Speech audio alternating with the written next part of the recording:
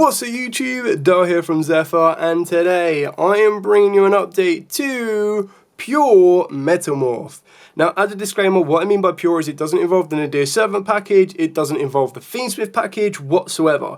Not that you can't play those to increase the ceiling of the deck, but what I wanted to bring you was a pure baseline version of the deck to give you an idea of what you'd be looking at with the core cards and then adapt it to your personal playstyle. Whether you want to go without direct extra deck access and go for something like the Nadir package and be a bit more controlled, or if you want to go more heavy and start accessing the Fiendsmith line, that are your kind of options you can adapt to depending on what you have access to. So, with all of that out of the way, please smash that like button, hit that notification bell, and subscribe to miss out on any more upcoming content. We dive headfirst into the profile, show you what we've got, and explain why we've got it. So starting off with 3 of the most recent Red Eyes Metal Claw Dragon. Now I really like this. In other versions you don't need to be playing 3 at all. I just like what this adds to the pure version, and especially with Drawn Lockbird running around, it's one of them cards that I want to kind of like hard open, because then that'll give me direct access to start to utilize my Metamorph trap cards should I open them up. So you can activate Metamorph traps a turn they were set. You can only use each of the following effects once per turn. You send a face down card you control to the graveyard to special on this card from the hand. If this card is normal or specialed and you have max Metamorph in your field or graveyard, you get to add a max Metamorph or a Metamorph trap from the deck or grave to the hand. Then the starter for this particular route of play is 3 Black Metal Dragon. Now whether you count this as pure or not is entirely up to you, but honestly this is an honorary Metamorph card, because the idea is you're going to work your way into a Red Eyes monster, being the Metal Claw Dragon, your Red Eyes Darkness Metal, or of course your Black Full Metal Dragon, all of them setting up different elements for the particular type of deck. You can be more Red Eyes focused if you wanted to, and that's when you'd start considering stuff like Black Meteor Dragon, Red Eyes Insight. There are versions of that deck out there, so I feel that this is just such a good start for the entire deck, and you're going to be utilizing it to get to all of your other elements. Speaking of other starters in the deck, we are on 2 Metal Illusionists. Now, you can very easily play 3 of this. It's just one of them really bad scenarios. If you open up the Metal Illusionist and the Black Metal Dragon, 99.999% of the time you're going to go down the Black Metal Dragon route, and this just gets stuck in your hand. So it's one of the ones that I want to be playing one or the other, and I don't really want to set myself up with that dilemma. Another reason for that one is because Drawn Lockbird is running around, the other way you can get to your Metal Illusionist is through your Metal Flame Swordsman. Now I currently only own 2 copies. You could arguably be playing 3 if you wanted to, as you reveal this and then get to add a card from the deck that mentions Max Metamorph. So you get more direct access to any of your other cards. You just need to be a little bit careful, because if you get hit with Drawn Lockbird, it can make it a little bit awkward to navigate.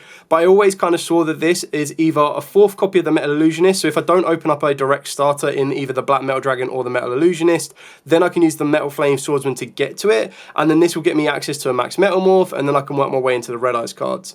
So there's loads of different options on it. Like I said, you're probably going to be bumping this up to 3 than anything else in my opinion. I just currently only own 2 copies. I am playing 2 Zoa the Fiendish Beast. You can cut this down to 1, and that's probably where the 3rd Metal Flame Swordsman would come into play. So if your opponent controls a monster, you get to normal summon this card without tribute. You can only use each of the following effects once per turn. If this card is in the hand, you can special summon it in defense position. Then if Max Metamorph is not in your graveyard, your opponent gets to special summon a monster from their hand.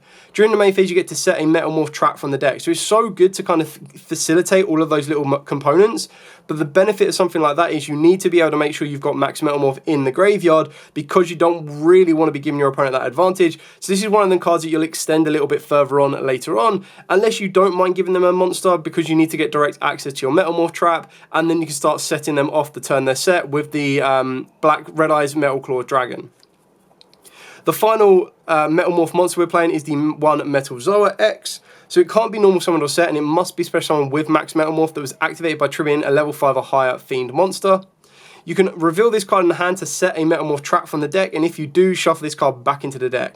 You can only use each effect once per turn, and when your opponent activates a monster effect or a spell card or an effect, quick effect, target a face-up card your opponent controls and destroy it. So this can be used twice per turn. It's very, very aggressive. This is the aggressor of the deck, whereas the Red Eyes Black Metal is the defender of the deck, as that is your Omni Negate. But I just like what this deck kind of has going for it. I fully understand how by adding in the Fiendsmith engine or even the Nadir package, it does add step up its ceiling a little bit more, but I didn't want this to be a repeat of what is already online. I wanted this to be an update to the purists out there, and an update to those that really like kind of the element of, I would assume, it's like Joey and Bandit Keith coming together.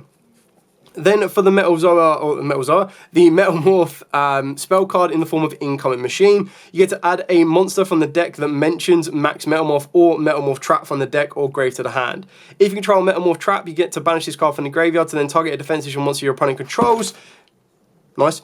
And then move it to face out of tap position. You can only use this effect once per turn. So the search isn't a hard once per turn, but the shift into attack is once per turn. And the reason you do that is you get a bit more aggressive damage on the field. And then for the trap cards, I'm pretty sure this has just been received an OTS upgrade to foil. So thank you so much for that one. So this is your Max Metamorph. You tribute a face-up monster to special on a monster that cannot be normal summoned or set that mentions Max Metamorph from the hand, deck, or grave. Then you get to equip this card to it with the following effect. The equipped monster gains 400 attack and defense, and it can't be targeted with monster effects or spell effects. So the benefit of something like that is you're going to usually, more times than not, go for your Red Eyes Black 4 Metal Dragon, or you're going to go for your Metal Zoa, and this is just going to make them a 3400 base or a 3800 base, and it makes it a little bit more awkward for your opponent to deal with. The other Max Metamorph trap card that we play is the one Flame Coating Metalmorph. So you tribute a face-up monster that mentions Max Metamorph to special on a monster that cannot be normal summoned or set that mentions Max Metamorph from the deck, ignoring its summoning conditions, and then you equip this card to it, and the equipped monster would be destroyed by battle or card effect. You get to send this card to the graveyard instead, so it gives it another line of protection. So that's it for like the overall engine of the deck, the Max Metamorph cards and everything else in between. You would adapt the ratios depending on the variant that you are playing, but then this is kind of like the baseline for something like Pure. And the ones you'd be cutting back on if you're playing a variant is you'd probably cut back on the Zoa, you'd probably cut back on the Metal Claws, so it kind of gives you a bit more flexibility depending on the variant. Then what happens with this particular version, because you have so much space when you're not playing stuff like Tract, Engravers, Nadir Servants, Maximuses, is you open up the option to play a lot more hand traps. So for the hand traps of choice, we've got free Ash Blossom, free Fluolos, free Droll and Lockbird, and then you've got Imperm and 2 Bestials. You can go for a heavier Bestial lineup if you wanted to and make this more of a Bestial version, but I feel if you're doing that, it means your local environment is going to be more Mitsurugi heavy, where they're going to be putting in a bit more consistency, and in doing so, that's when you'd consider stuff like Lubellion, you'd be considering stuff like a Bulldrake and a Saronir, so you've got the coverage of all different Bestials that you can use. Then to deal with hand traps against you, we've got the one Called by the Grave and the one Crossout, as we are playing such a high variation of them. Then for a consistency card, we've got the one 1-for-1, because it can get you access to your Metal Dragon, or of course it can get you access to your Illusionist, so you're getting the best of both. And then the final cards that we are playing is 3 Forbidden Droplet and 1 True Tactic Talent. As you do have that space in the main deck right now, I do quite like the option of Forbidden Droplet to send traps and monsters that are going to be excess to requirements, being able to protect your plays while also being able to disrupt your opponent's plays to make sure you have more consistency to get to the desired end field that you're looking for in order to kind of win that duel. So that's it for the entire main deck. Now to show you the extra deck.